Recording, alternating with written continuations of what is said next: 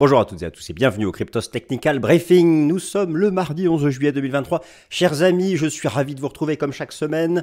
Accumulation versus distribution, c'est la grande question que tout le monde se pose. Mais oui, cela fait maintenant depuis quoi? Allez, mi-juin, fin juin, que le cours du Bitcoin est bloqué, mais sous la forme d'une phase de transition latérale, sous cette résistance technique des 31 000 $ dont nous parlons ici chaque semaine. Eh bien moi j'ai une conviction, la décision sera faite cette semaine.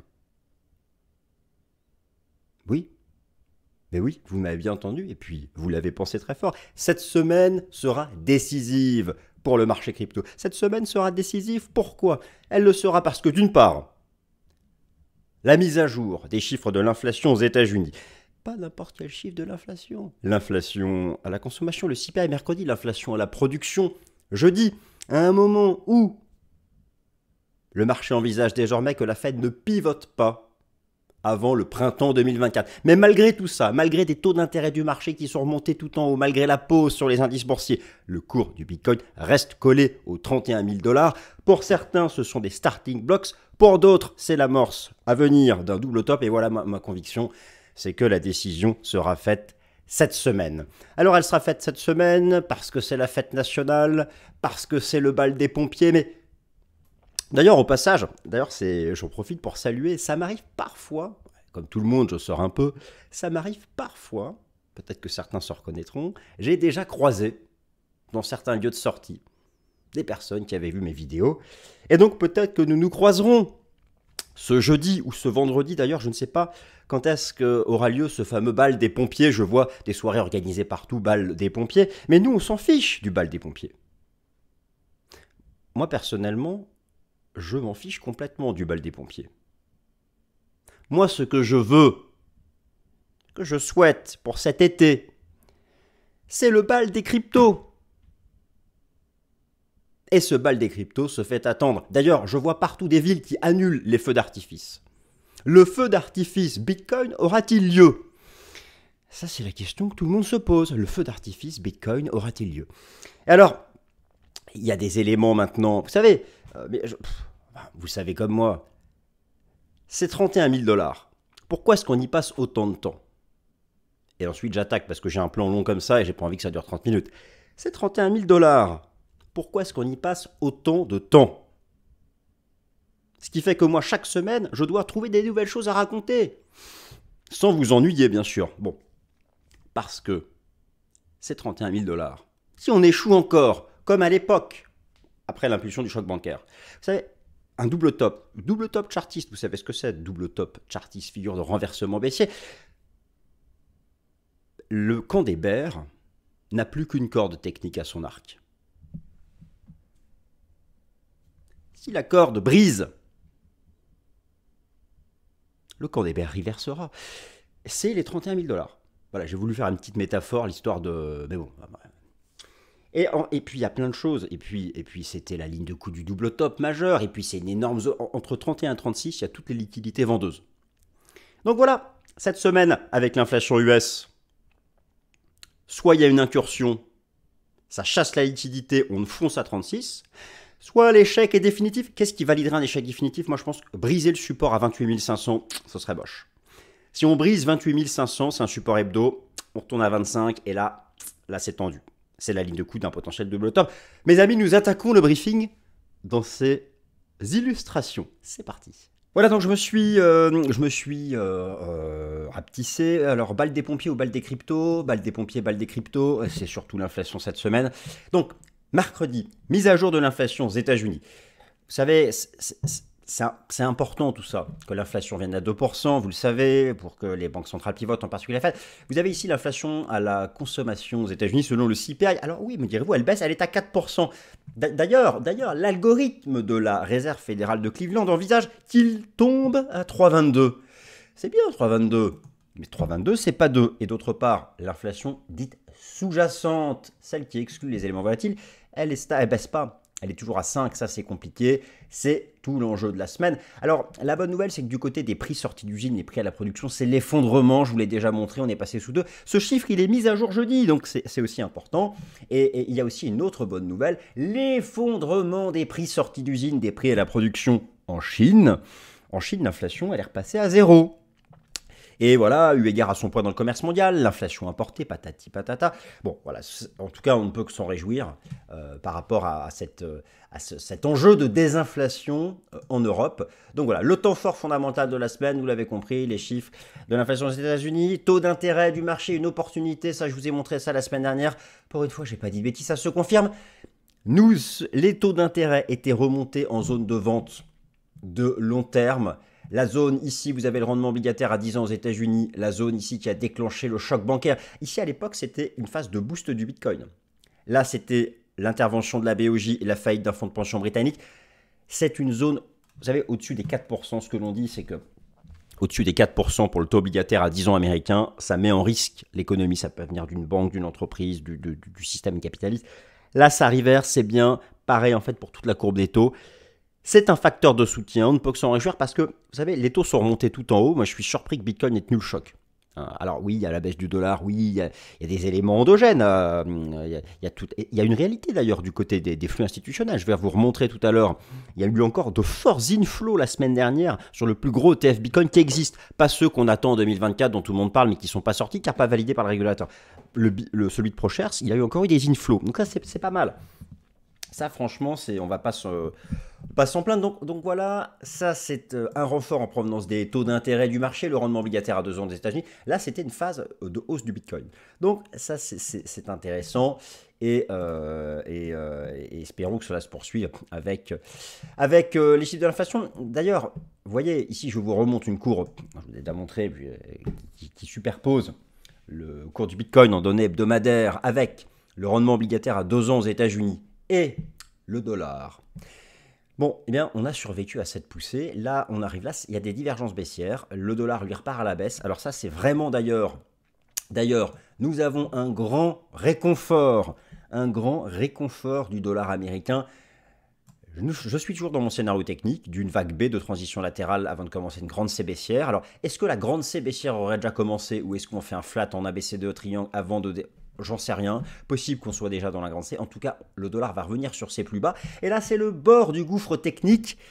Il faut souhaiter que l'inflation permette de briser ce support, eu égard à la corrélation inversée entre la tendance du dollar américain et le prix du Bitcoin. Je vous avais montré que le début du bear market, ça avait été le double bottom du dollar américain. Vous connaissez ça par cœur. Moi, j'ai toujours cru que le dollar faisait un dead cat bounce.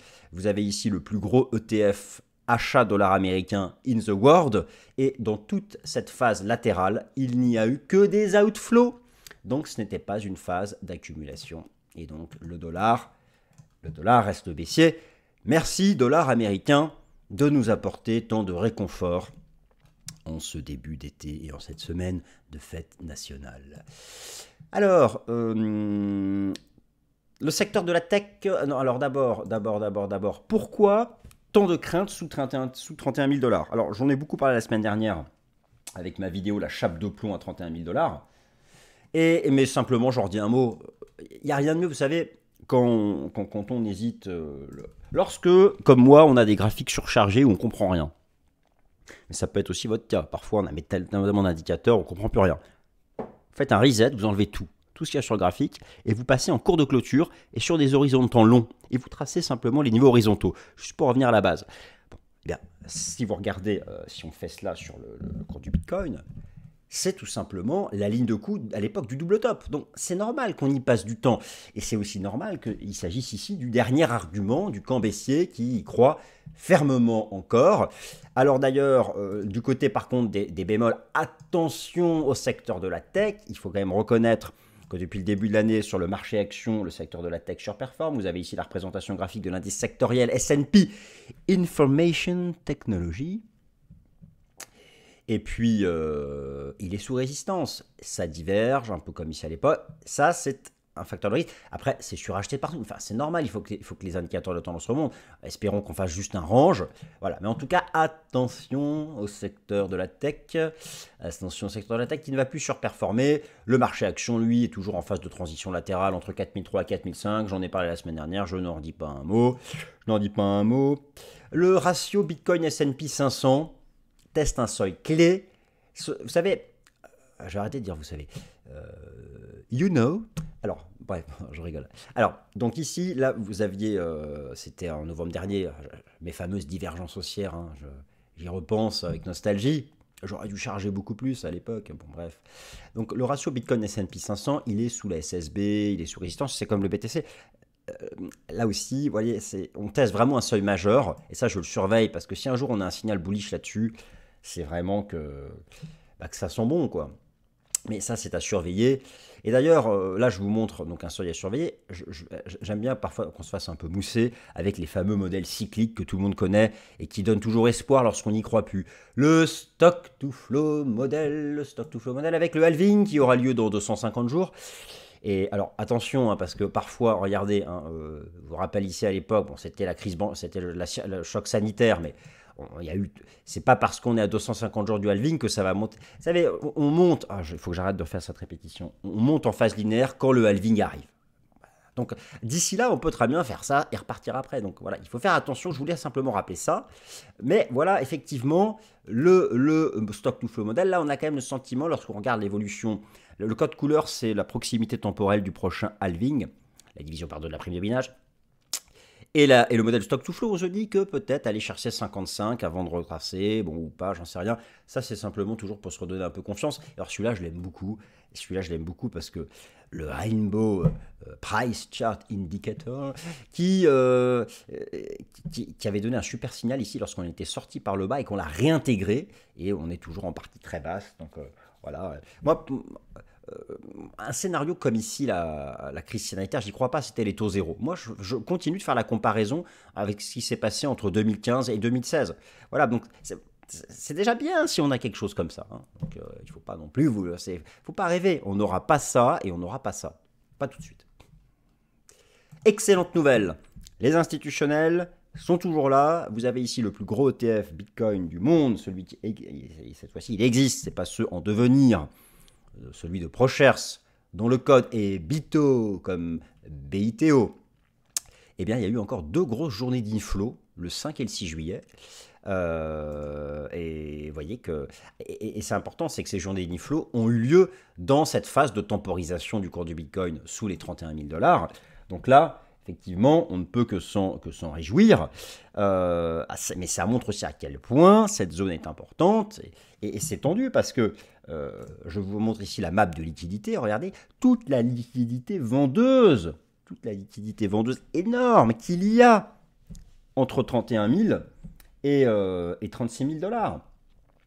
Donc voilà, ça montre à quel point accumulation versus distribution. Ceux qui pensent que l'on distribue, c'est ceux qui jouent le double top, la cassure des 28 500, retomber à 25 000, casser 25 000 et revenir tout en bas.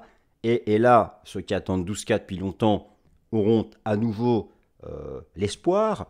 Et puis, ceux qui au contraire pensent que nous accumulons, les positions longues augmentent, chargent sous la résistance en mode starting blocks.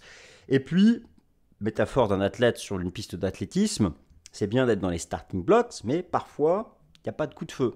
S'il y a un coup de feu, vous avez vu ce qu'il y a entre 31 et 36, ça va manger de la liquidité vendeuse. D'où la tension actuelle chez le chartiste, sous cette résistance, ma foi, qui est une big one resistance. Donc, voilà. Attendez, je regarde mon plan, j'en suis où? Ah oui, voilà. Alors, voilà. Oui, donc, alors, le BTC, bon, je vais dire, je vais pas, le débat est le même qu'à la semaine dernière, je ne change pas. Soit nous sommes déjà dans la vague 3, et nous aurions fait la 1 de la 3, et là, la 2 de la 3, avant la 3 de la 3 qui serait massive. Bon. Soit absolument pas. Pour d'autres, nous aurions fini la 1 ici, et donc il manquerait un temps de retracement d'une 2. Encore pour d'autres, nous serions simplement dans une vague B avant le choc. Bon, enfin, chacun pense ce qu'il veut. Moi, je vous donne simplement quelques éléments plus concrets que ces hypothèses fractales à la mort-moi le nœud. Nous sommes sous la SSB du système Ichimoku. On peut croire à la hausse tant qu'on tient les 28 800 $ qui sont ce niveau. Vous voyez, voilà, c'était le point bas de l'été 2021. On est au-dessus, c'est bien. On peut y croire tant qu'on est au-dessus. Maintenant, dans l'immédiat, on épure une divergence à court terme. Je vous l'ai montré la semaine dernière. La bonne nouvelle, c'est qu'on l'épure à plat. Mais attention, une divergence comme ça, pour l'épurer, il faut revenir à la neutralité, c'est-à-dire 50 sur les RSI. Soit on continue de faire un trading range comme ça, et c'est la meilleure des options. On peut retracer jusqu'à 28 500, 28 008. Là, pour moi, c'est ici que se jouera l'invalidation du scénario bullish. Donc, voilà. Alors, je ne sais pas, est-ce qu'on fait la phase latérale? Est-ce qu'on retrace d'abord à 28,5 et qu'on attaque? Tout ce que je pense savoir, je sais que je ne sais rien, c'est que l'invalidation de la hausse, c'est 28 500 $. En clair, c'est là où on gère son risque. Voilà. Je ne dirais pas davantage. Donc là, le marché va faire son choix avec les chiffres de l'inflation. L'Ethereum, THUSD, la sous-performance se poursuit, mais la sous-performance se poursuit, c'est parce que le marché n'a Dieu que pour le BTC, mais bientôt viendra la surperformance. Alors, bon, moi j'avoue, je vous montre depuis très longtemps cette structure. Je me dis que finalement, on va peut-être glisser.